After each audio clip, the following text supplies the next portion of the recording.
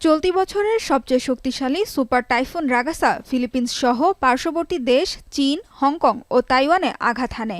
এর মধ্যে সবচেয়ে বেশি ক্ষতিগ্রস্ত হয়েছে তাইওয়ান। দেশটির পূর্বাঞ্চলীয় প্রদেশ হুয়ালিয়ানে আঘাত হানে ঝড়টি। ঝড় থেমে গেলেও তার প্রভাব এখনো কাটিয়ে উঠতে পারেনি হুয়েলিয়ানবাসী। কাদার ভেতর ডুবে আছে ঘরবাড়ি, পানি নেমে যাওয়ায় ভেসে উঠছে ধ্বংসাবশেষ। 我现在都准备走了，我要跟谁聊天？怎么找他？是呀，遇到尸体。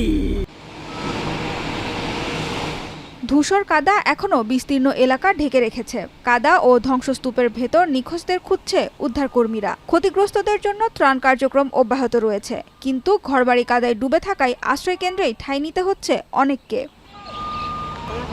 এদিকে আবারও গ্রীষ্মমণ্ডলীয় ঝড় ও ভারী বৃষ্টিপাতের পূর্বাভাস দিয়েছে ফিলিপিন্সের আবহাওয়া অফিস। পূর্ব ভিসায়াস উপকূলের কাছাকাছি বুয়ালয় নামের নতুন একটি ঝড়ের অবস্থানের কথা জানিয়েছে আবহাওয়া বিভাগ। বলছে, পশ্চিম থেকে উত্তর পশ্চিমাঞ্চলের দিকে ঘন্টায় প্রায় ৩০ কিলোমিটার বেগে এগিয়ে যাচ্ছে ঝড়টি।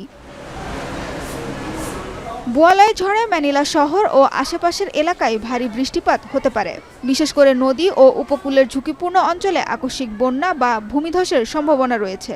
উপকূলীয় এলাকার বাসিন্দাদের নিরাপদে সরে যাওয়ার নির্দেশ দেওয়া হয়েছে।